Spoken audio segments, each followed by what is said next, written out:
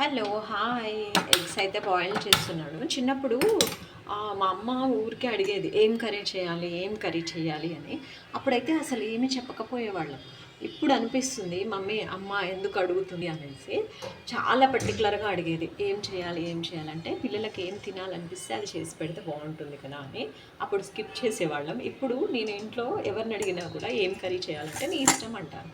అప్పుడు నాకు చాలా కోపం వస్తుంది, ఏంటి ఏది చెప్పరు అనేసి. ఇప్పుడు నేను ఫేస్ చేస్తున్నా కాబట్టి. చిన్నప్పుడు మా అమ్మ కూడా అలానే ఫీల్ అయ్యేది అనుకుంటా. ఇంకా అంటే మరి సండే కానీ నెక్స్ట్ నాన్ వెజ్ తినాలనిపించే రోజు కానీ ఎగ్స్ తినాలనిపించే రోజు కానీ ఇది తింటాను అని చెప్తే ఏమవుతుందంటే చేయొచ్చు కదా.